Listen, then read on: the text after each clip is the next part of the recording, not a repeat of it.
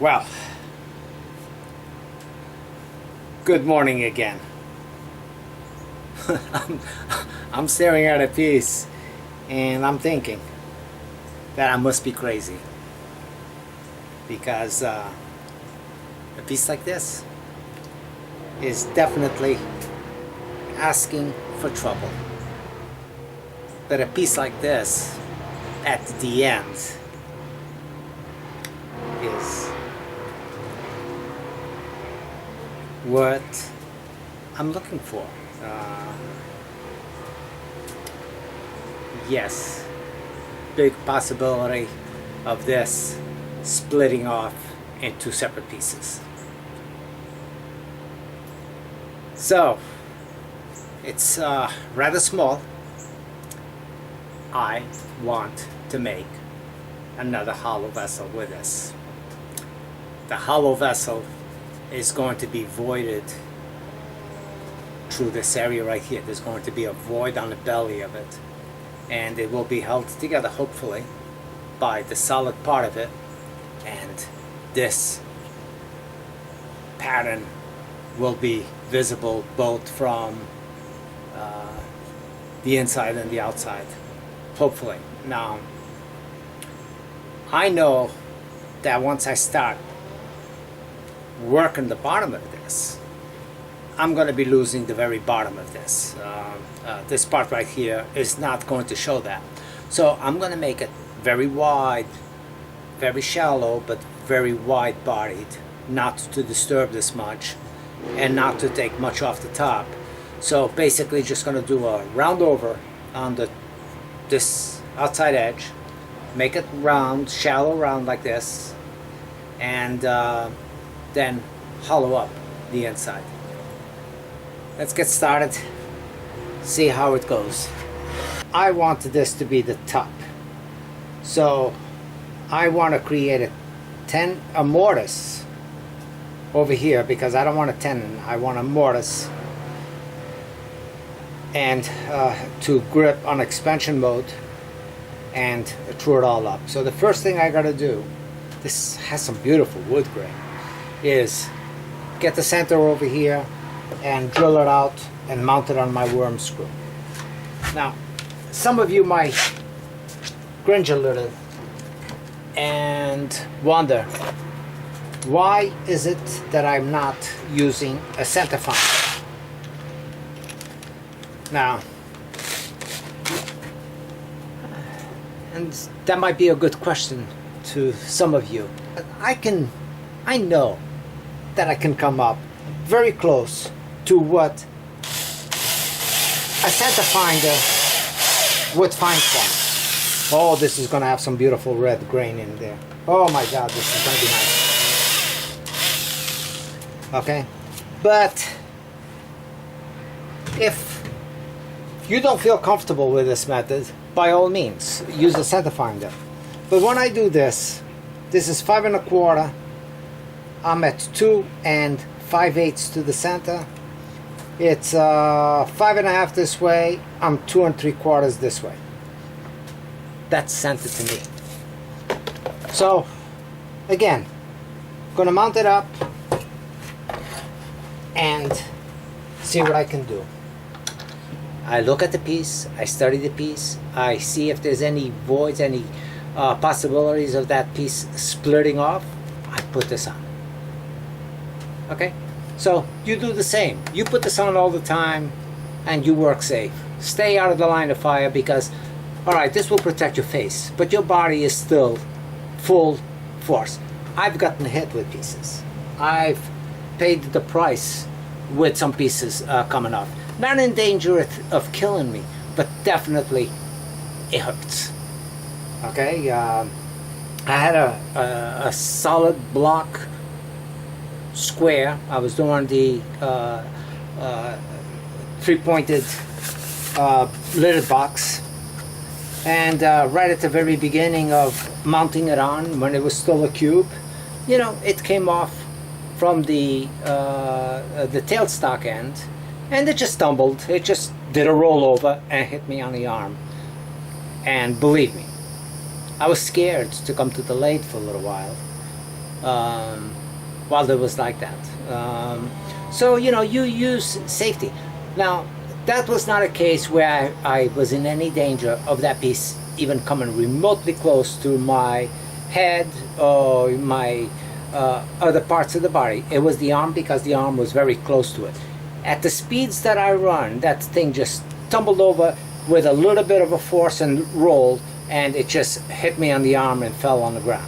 I don't run pieces that, until I know how they're behaving and how the lathe is behaving, at speeds that the piece becomes a missile. And this piece, I will never run it that fast to start off with, because I don't know how this is going to behave. So let me get started. The very first thing I'm going to do is true up this face, make my mortise here in order to be able to flip it, and I will start rounding it off a little bit over here. Now this is on a worm screw.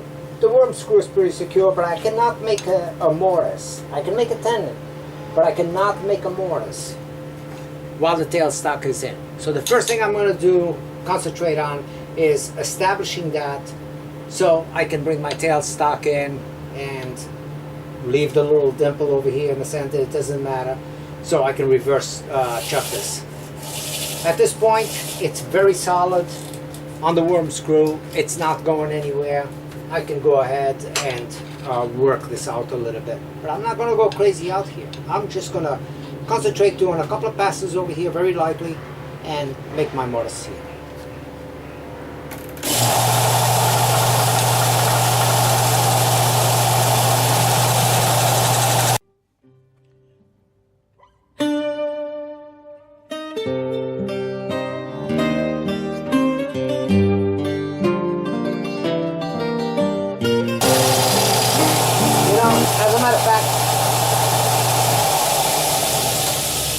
Because the cuts are going so well and so clean, I'm actually going to sand this up.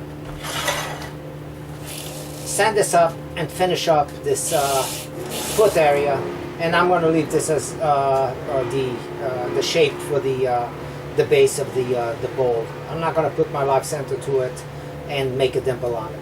So I'm going to work on that right now.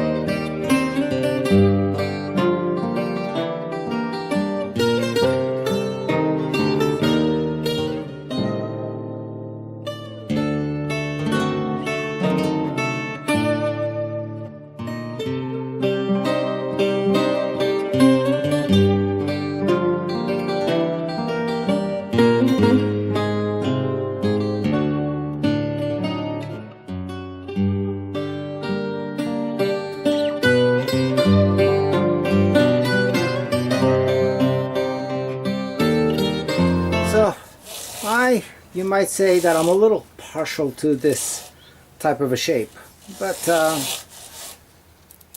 you know, everyone's eye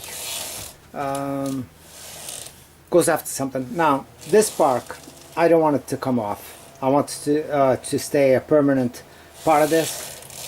It's not likely that it will come off, because the way it's embedded in here and the twists, and it has wood going through it, but I don't want to take that chance. So I'm going to put some medium CA in there and fill up some of those voids.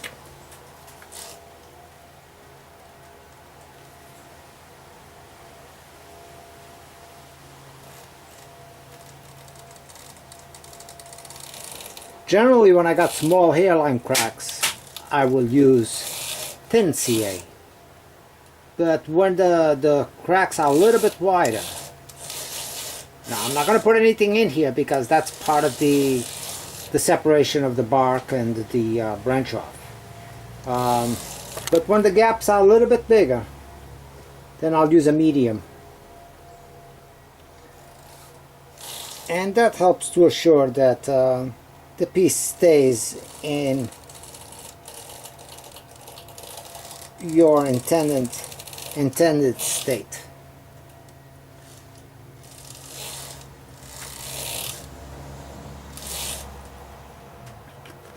Now, I'm not even going to put any thin CA on this as far as between the bark and the piece, because I really don't see it. I don't see a need to go that route.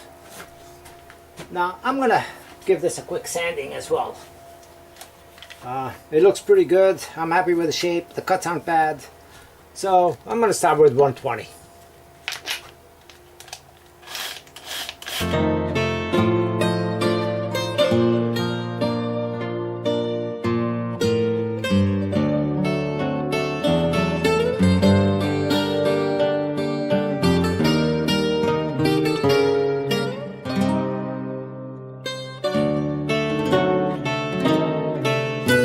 I think that this void that's going through here really is going to make this piece.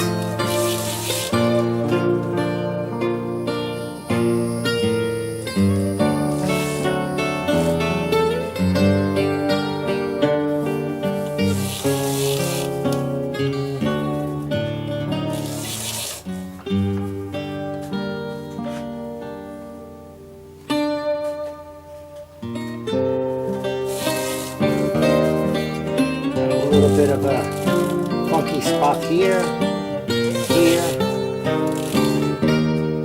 here. I'm actually hoping that the doors open up on me. So I will see.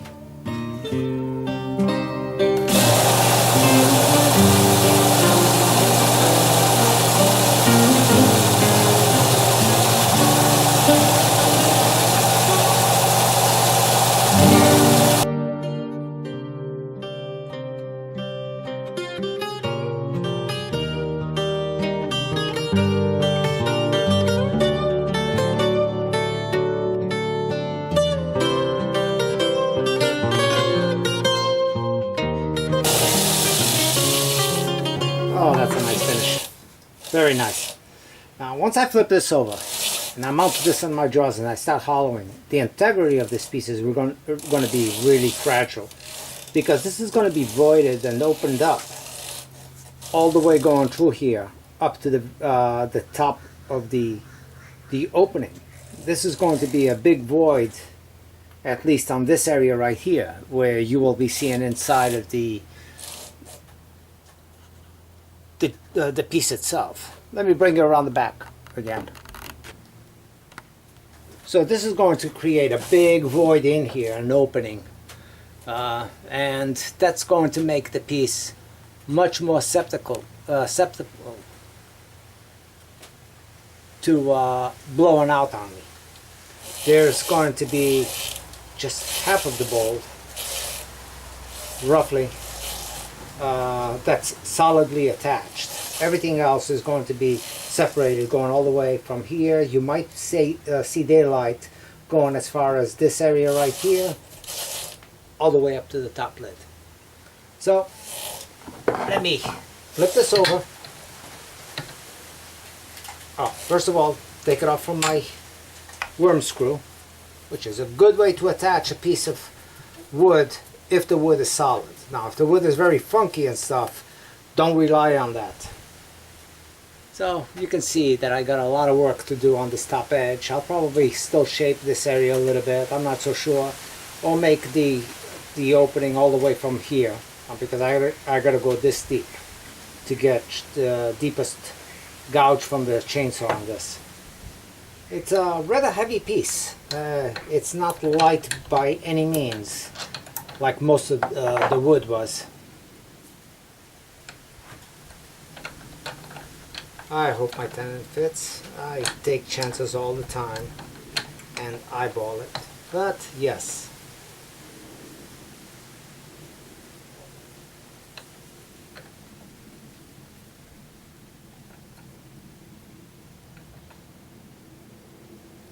and the whole piece, the whole jaws almost closed up. So I got a good grip on this piece all the way around. I'm not just hitting the center points of each one of the jaws. So another thing that assures me that the piece is on there, at least as solid as I can possibly get it on there.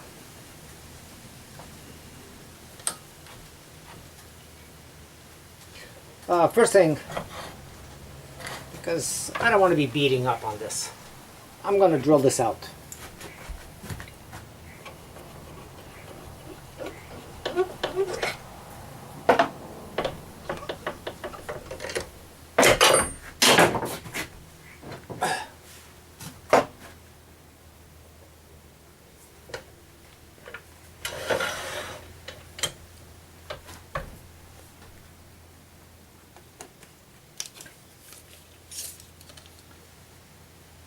And I want to go in there 1 3/4, 1 5/8. No deeper than that, or I'll be going through the bottom. So 1 5/8.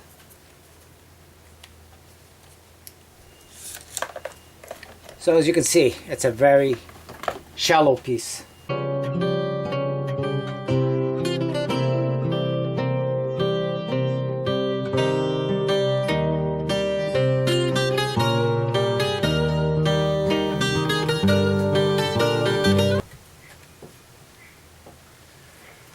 So the first thing, of course, I'm gonna start throwing this up and establish what shape I want on the top part of this.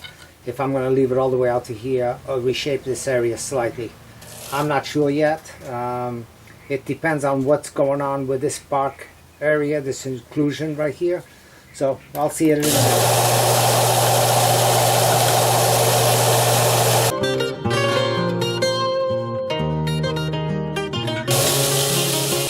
I want this flat, but I don't want to go any further than what I need to as far as taking off. But you can see that I still got quite a bit here, and this whole area right here, I can already see it, that it bounces. It has a little bit of a bounce to it. So I might need to protect this with, yeah, I mean literally it's bouncing in and out. I'm gonna put some CA in there and make sure that I can hold it, and only once I start cutting through then it will become separated. Now this is to hold the piece together, but this will be cut out as I'm going through the piece itself.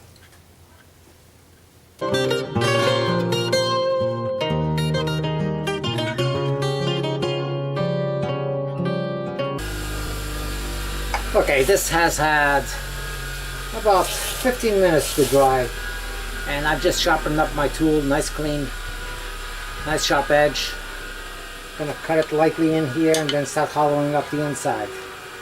Now, to finish off this piece, my thinking is, I got this little piece of spalted banyan that came off one of the pieces that I was turning. I turned it too thin, as usual, on this edge, and I lost it. So that's going to be the cap, and I'll put maybe a Mahogany Finial on this, or I will look at my woods and see what options I have.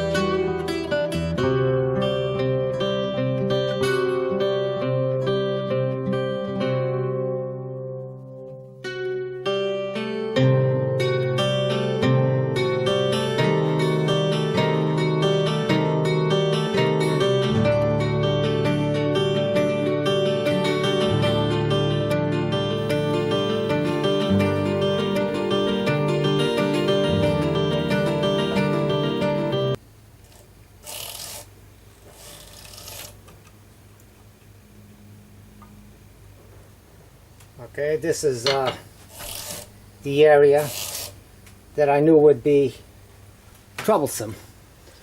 So to keep this piece together here, I'm going to cheat it a little bit. I'm going to put a little bit of CA in there, and I'm going to toss a little bit of sawdust in that area and keep building it up with CA. Thin CA on this case would work out a little bit better.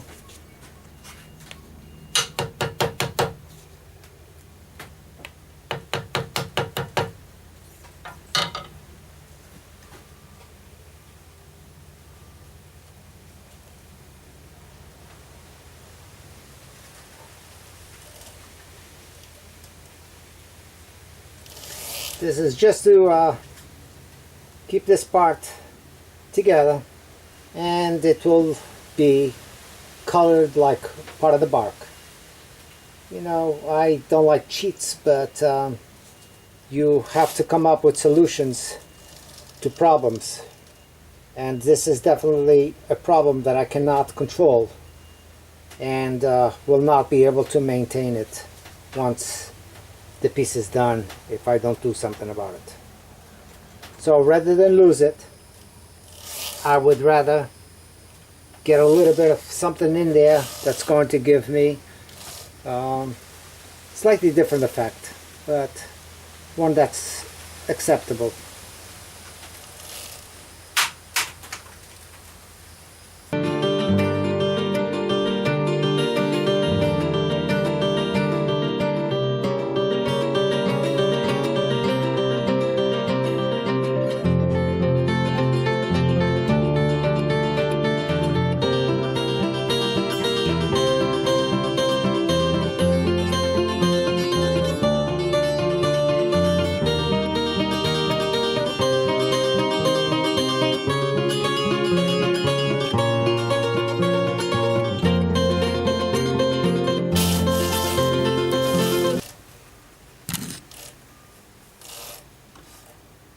Okay, I got about 1/4 of an inch thickness all the way down, except for this transition right here. I got about 3/8,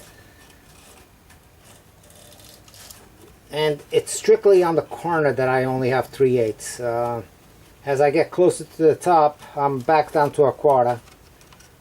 So I'm going to see if I can just take off a little bit from this top edge into that this little corner before I lose it.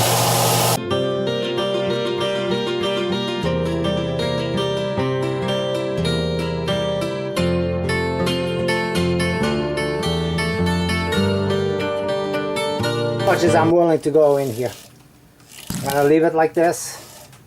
Leave well enough alone, and now I'm gonna clean up this outside again. Clean up all this stuff from the CA, and finish this off.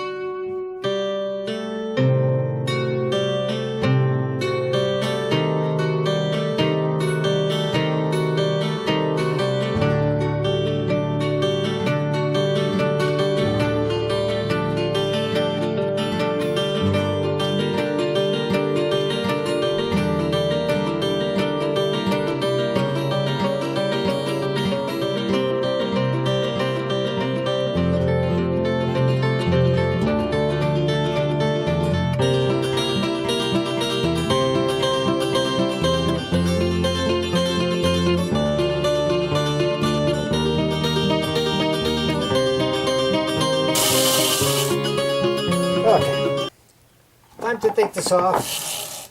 It should be pretty well finished. I'll mount it back on to probably friction fit. That's thin,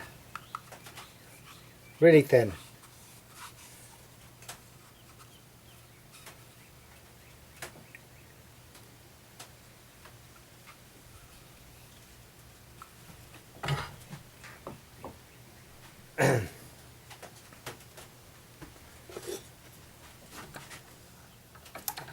But going to fit this to fit into that recess.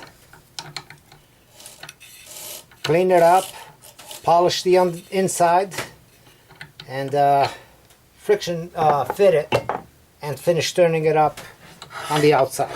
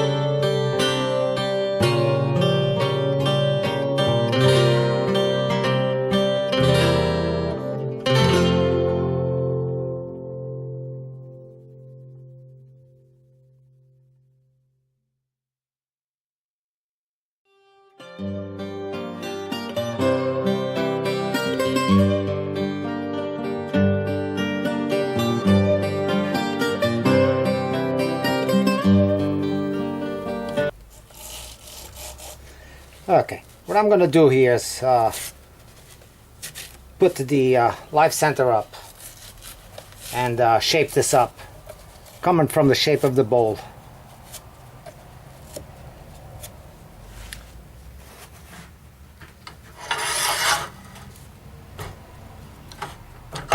And not going to rely much. I'll leave this ready for the finial.